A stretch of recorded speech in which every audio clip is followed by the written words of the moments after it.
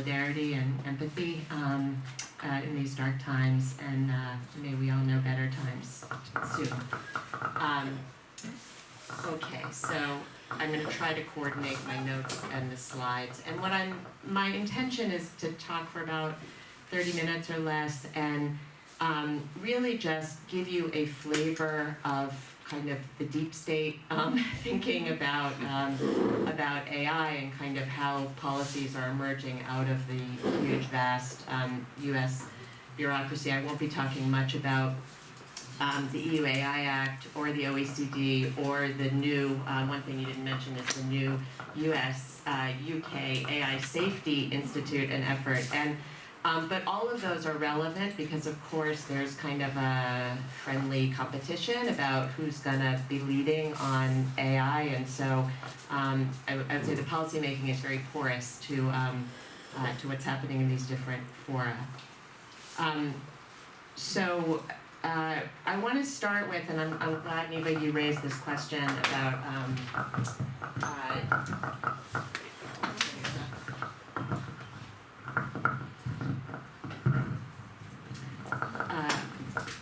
the danger, is that okay? The danger of sort of empty words, because I think there's a lot of that, and so I do want to focus some of my remarks on kind of definitions and giving meaning to some of these abstract nouns. So after providing some background, and then I'll talk about some of the policy priority areas and give you a sense of what's coming, and I should give you the disclaimer that I'm speaking in my own capacity and not for the US government.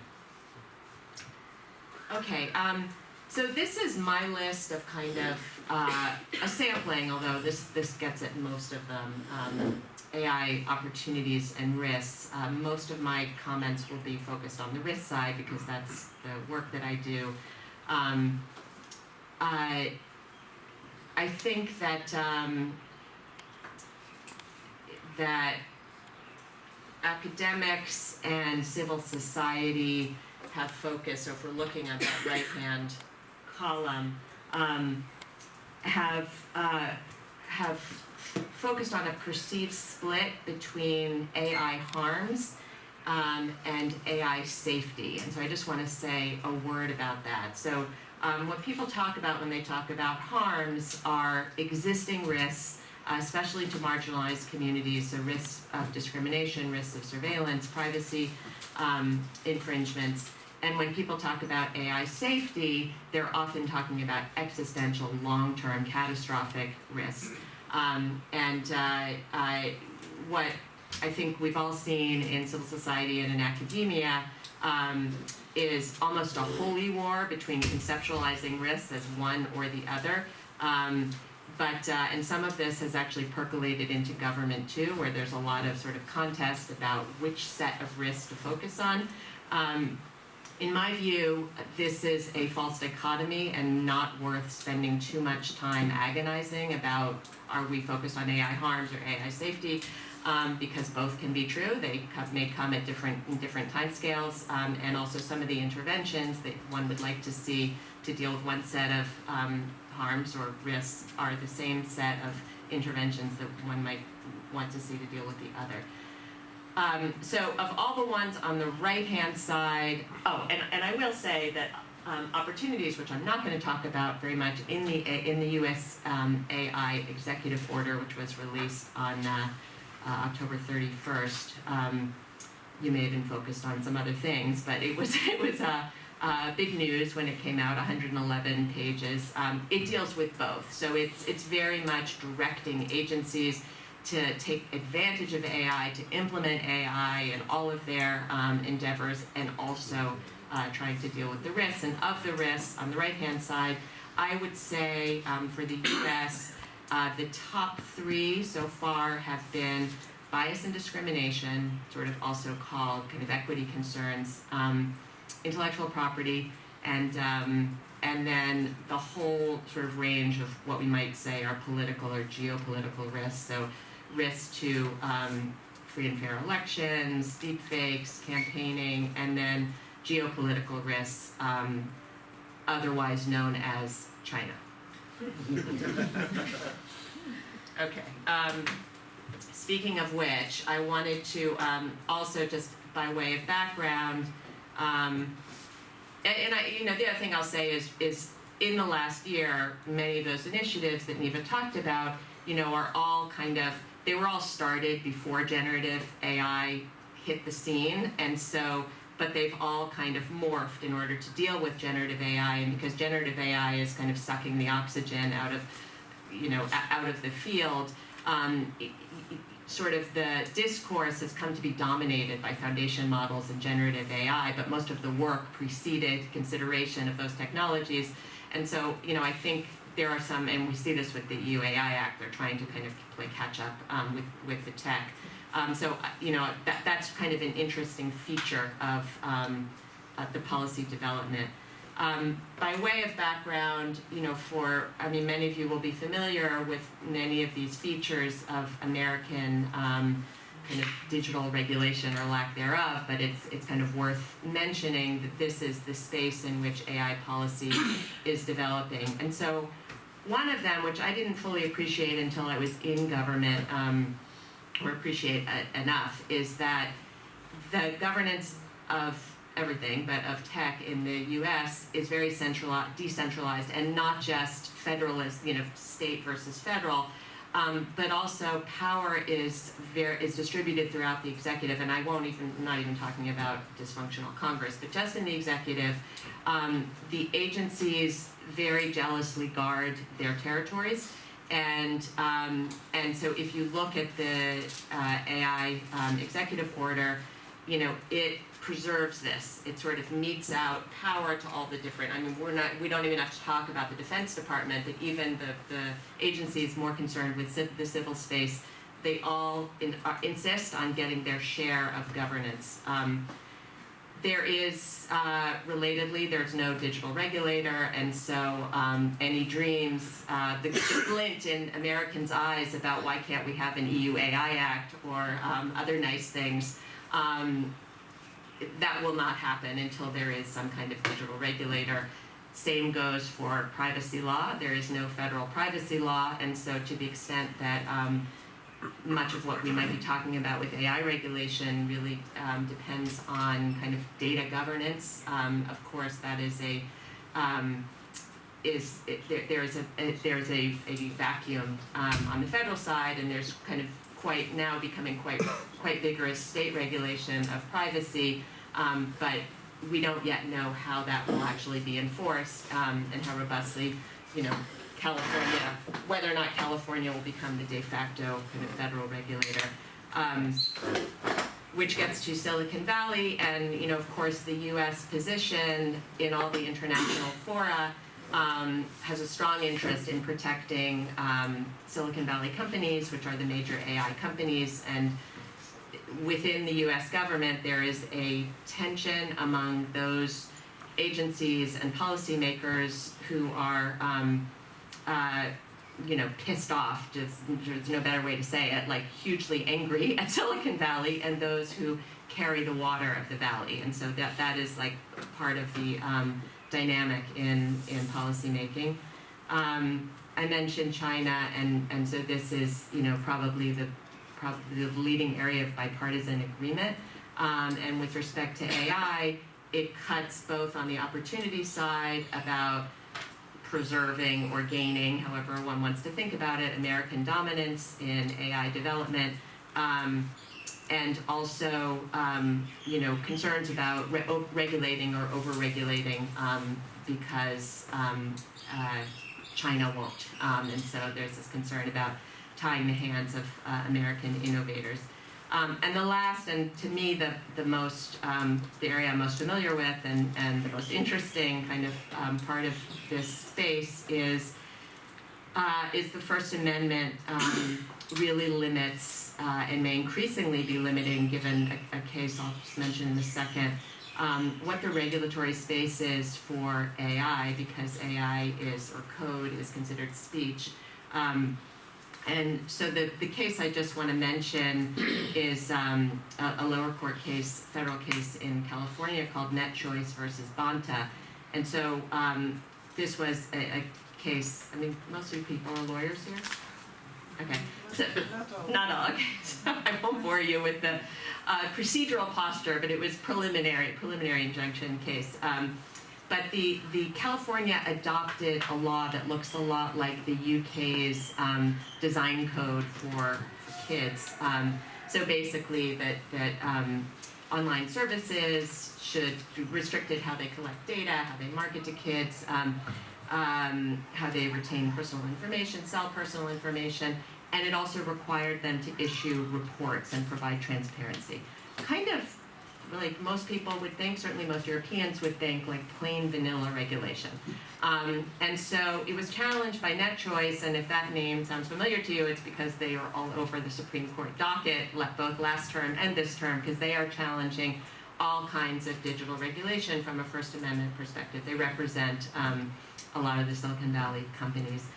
And so in this case, they challenged this California law under the First Amendment, and the court did find that they were likely to show that it violated the First Amendment because, and this is a quote, the law requires businesses to affirmatively provide information to users, and by requiring such speech necessarily regulates it. So in other words, and this went to, even transparency reports. By writing up transparency reports, that is a speech regulation. And then by not providing certain kinds of data, protecting children's data, that's a restriction of speech. We don't know, what will happen to this case on appeal. It's not the only one. There are many like this, and so there are many draft bills in Congress, which I'm not going to talk about, but they would all fall under this standard if this is the First Amendment standard. So that is something very much to watch.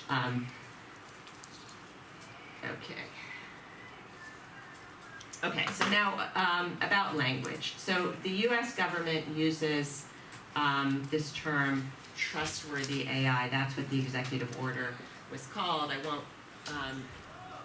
these are other kind of, there's not a good definition, I have to say, of what trustworthy AI is. These are some of the instantiations.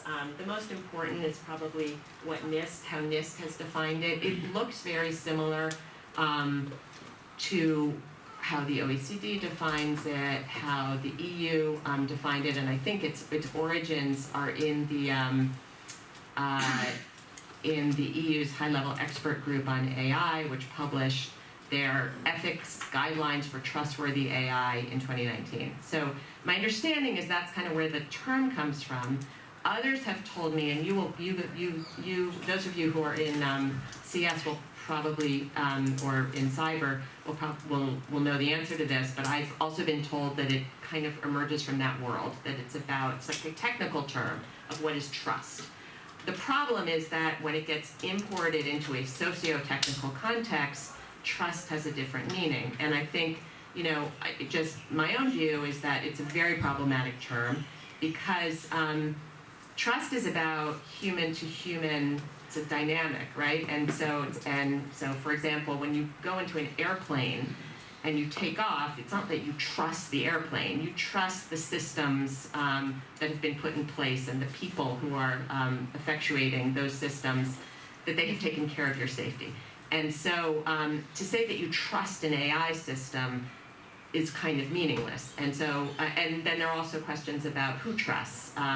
And different people in different communities may have different levels of trust for good reasons. And so I just want to acknowledge that this term that we use in policy about trustworthy AI is, first of all, kind of, it's using a lot of vacuous words, right? Valid and reliable, safe, fair, secure, resilient, accountable, blah, blah, blah, blah, right? It's like none of these words actually mean much.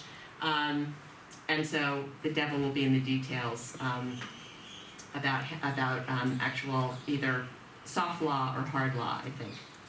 Okay, and then the project I've been working on, which is not yet cleared, and so there's not that much I can say about it, but it will come out, hopefully, God willing, sometime in our lifetimes, probably in January, I hope, is an AI accountability project. And So this is my definition, and the reason this is important to me is because I think accountability is one of those words that has another sort of vacuous, empty word, but I often think it's used, and I heard someone talking about explainability, it's often used as like a bundle of kind of good things. Accountability means explainable and transparent, or sometimes accountable AI is fair AI, or effective AI. It's kind of used as a catch-all.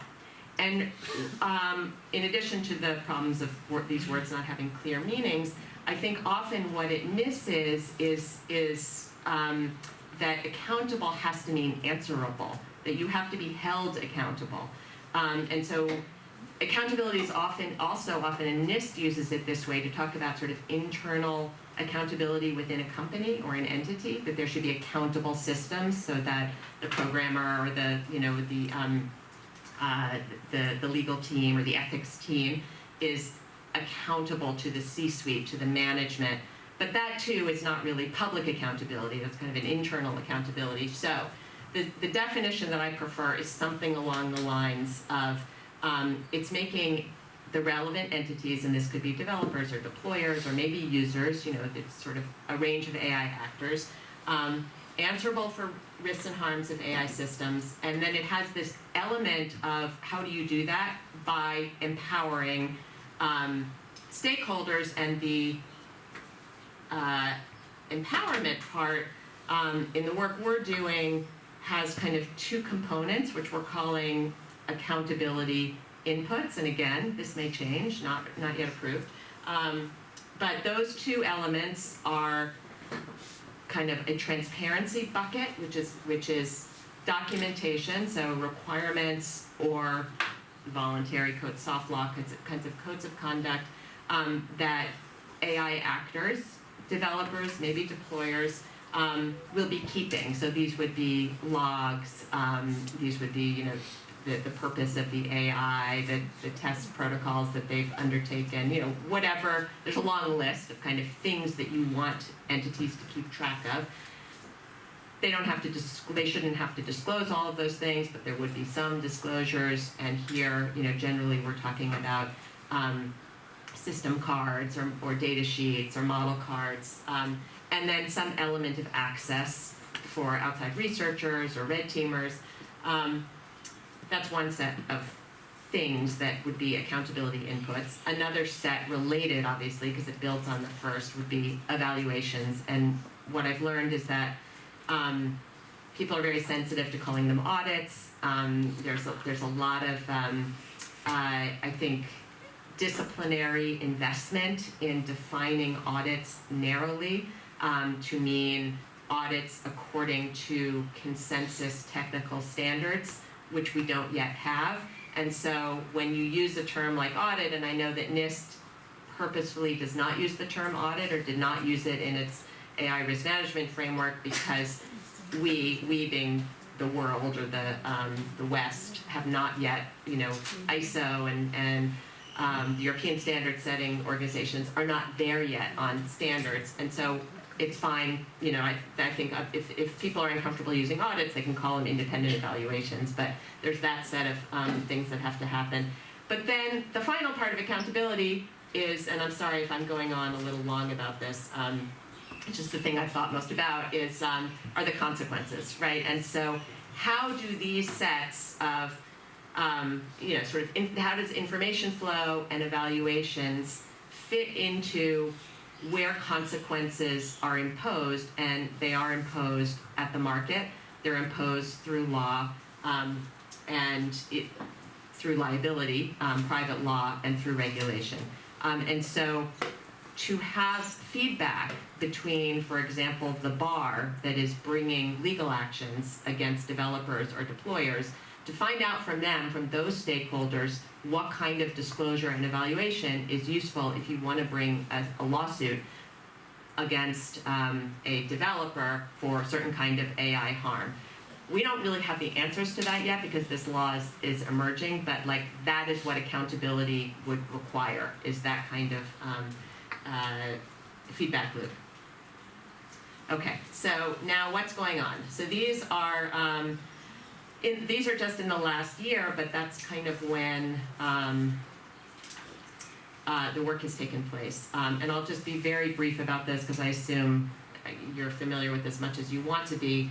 And I'll just try to give you a sense of how these fit in, all these instruments fit into the landscape of, AI policy generally, but AI accountability in particular.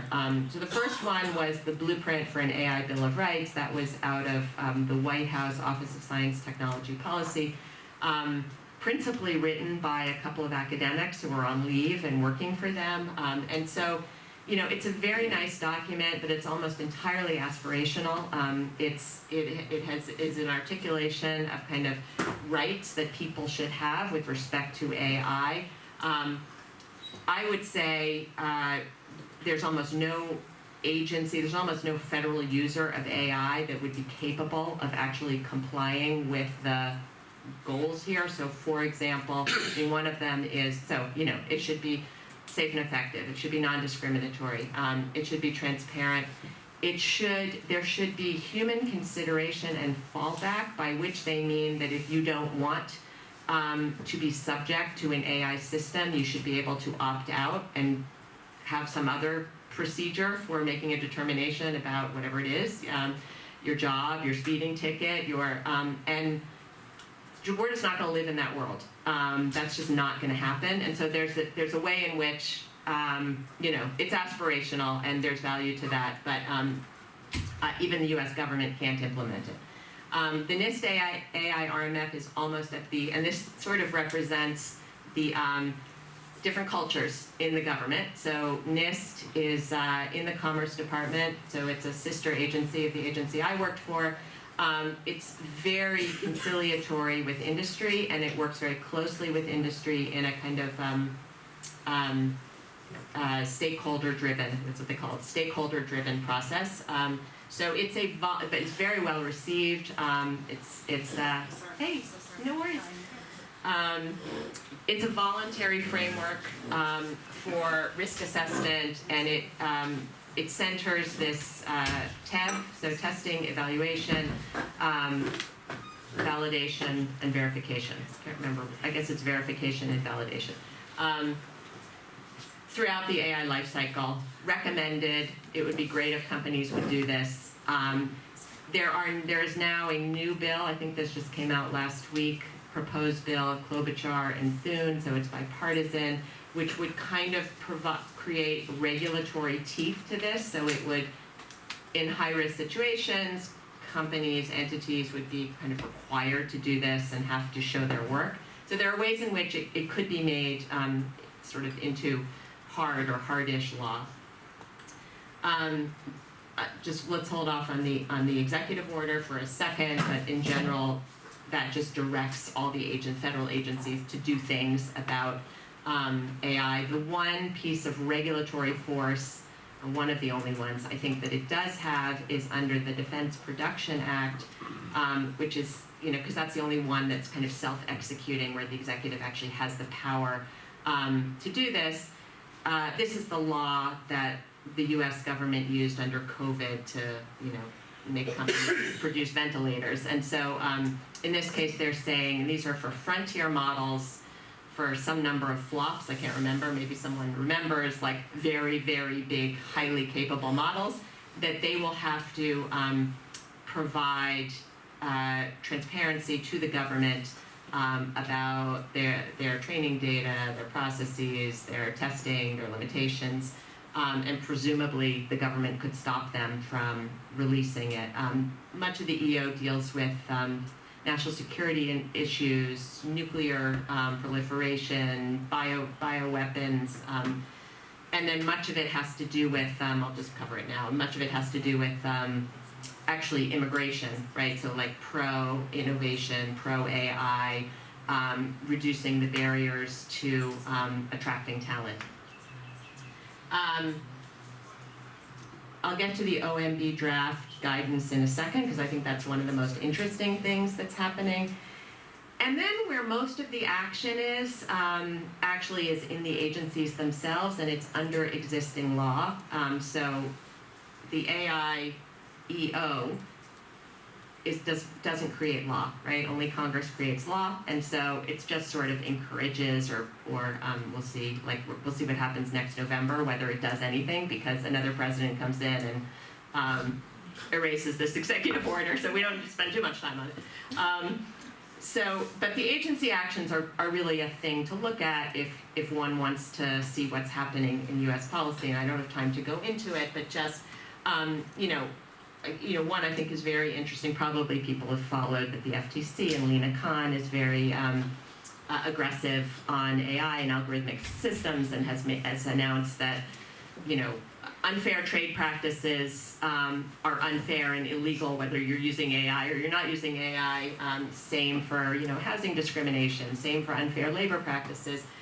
The SEC, Securities and Exchange Commission, has been very aggressive and is really looking at how AI changes what brokers and traders do. And the one caveat I would say to all of these agency actions in the broader legal context is that they only have power to they can only exercise power under their statutes, and as you know, the U.S. Supreme Court is becoming more and more skeptical of agency power under their statutes, and so it is possible that they will think they have the power to do things with respect to AI under their organic or authorizing statutes, and the Supreme Court will say, no, that's a major question. You need new legislation.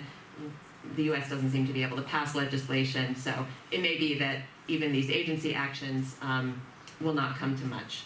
But they clearly do have some authority. And so these are the policy areas that we see in the really being highlighted in the executive order. The one I haven't said anything about is, IP, I'm not going to say much about, because it's a world in and of itself, what happens with copyright and patents, and there's only so much the executive can say about that, because it will mostly be up to the courts to decide. But I haven't said much about information integrity. So let's just put a pin in that, see what my next slide is. Yeah, we're going to get to that now. So now I just want to close by giving you a preview. And again, you never know, but a preview of what I think is coming. And I'm mostly focused now on some of the more accountability input side rather than, policy writ large. You can't read this. You'll get it later. But this is this OMB guidance that I mentioned. So OMB is Office of Management Budget. To the extent that there's an enforcer in the federal government who can actually hold agencies responsible to what they're supposed to do, the police aren't coming after them, the Army's not coming after them, but OMB can prevent them from issuing regulations. It can hurt them, in the pocketbook, and so OMB is kind of the enforcer in the federal government. And actually comments are due Friday, I think. This draft guidance. And I think what's really interesting, so it's essentially telling federal agencies, we want you to use AI, here's all the things you should look at in order to how you can use AI better and more. We also want you to deal with risks. And it says that, and of course there are exceptions for defense and certain, FBI uses, that's always the case. So we're mostly talking about civil uses, but they say when you use or when you procure AI, and this is also true when you give grants, for and prizes for private sector use of AI, you need to make sure it complies with the law. You need to make sure it's in accordance with democratic values, whatever that means. It needs to have transparency and performance requirements. You need to monitor the AI once it's been deployed. I mean, sort of many of the things that, the OECD and the EU AI Act and the AI Bill of Rights. This is the first step, actual practical step towards implementing any of those aspirational things. And so my hope is that not just that the government does it, but that the government's is a big buyer, right, and a big user of AI. And so if it starts demanding from its vendors that, we want to see, we want to see the testing that you did. It also says that to avoid lock-in, that the government has to keep control of data and not just let the vendor walk away with the data. And so all of those practices, kind of best practices, if the federal government starts doing it, then maybe it will have a knock-on effect in the market. This is our proceeding, which I've kind of talked about, but we can talk about more if you're interested. The last two I'll mention are NAIR. And this was a recommendation, I think it came out 2 years ago.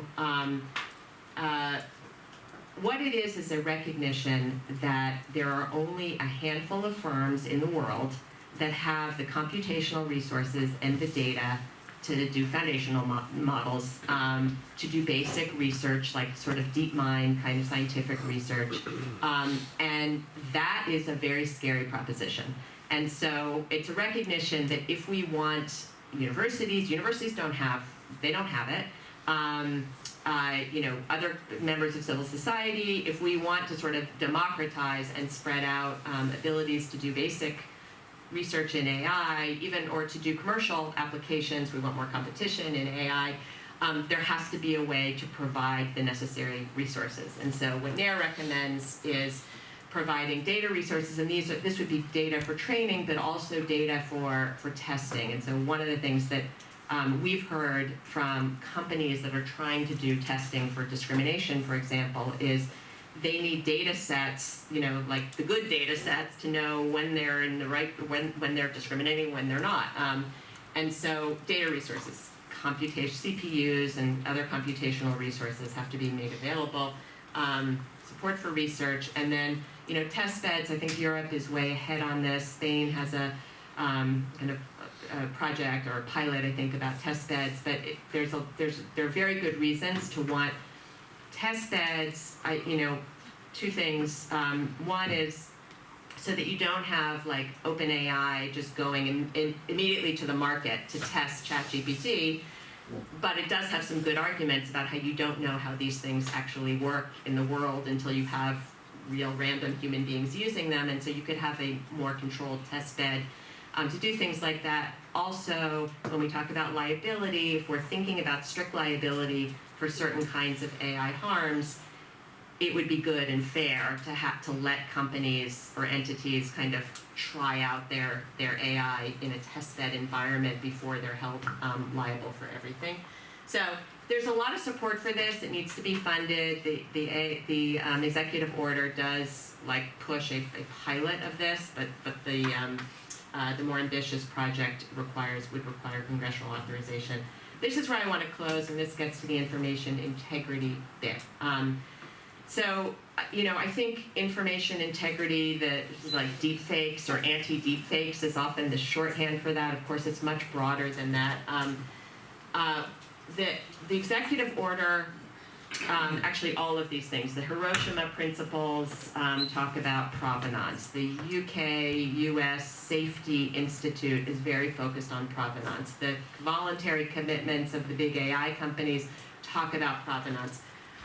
What I found is that people are often talking about very different things, like experts in government, when they talk about provenance. And just to give you an example, the IP people, when they talk about provenance, what they're interested in is this first thing. They're interested in data provenance. Where did the training data come from? Was it protected by intellectual property? Was it, and they might have privacy concerns, but they're talking about the data that went into the system. The provenance that all those instruments that I talked about are not typically focused on data provenance.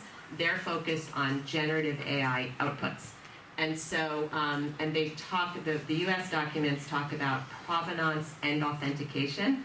And so, and those are things that NIST and the agency I work for, NTIA, have been charged in the executive order with developing kind of standards, and this is a socio-technical project because it's like standards for provenance. So like what cryptographic standards should be used, should be embedded in, metadata or in the AI generated content so that this was AI generated, it was generated by Claude or ChatGPT.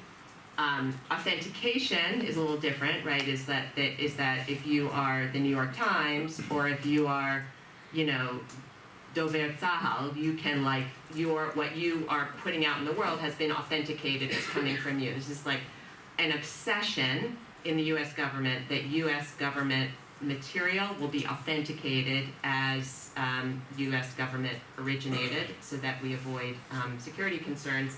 And so authentication and provenance is what all of these instruments are focused on, and that is going to happen. There are going to be standards for U.S. government stuff and you know, the hope is that will become, I mean, they hope it will become the world standard, but at least it will become a U.S. standard.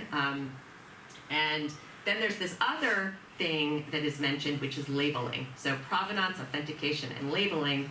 And when they talk about labeling, they're really talking about human readable labels. And I think in terms of information integrity, a concern I have and kind of like a research, future research agenda is about what I think will be confusion between authentication and truth or validity, right? And so, you know, I think we are kind of, this is all great, I mean, it should be done, but we are kind of walking into a hornet's nest of like confusion about what provenance, authentication, labeling, what they are capable of, what information they are capable of providing and what information they are not capable of providing, and where the socio part of this socio-technical project lies.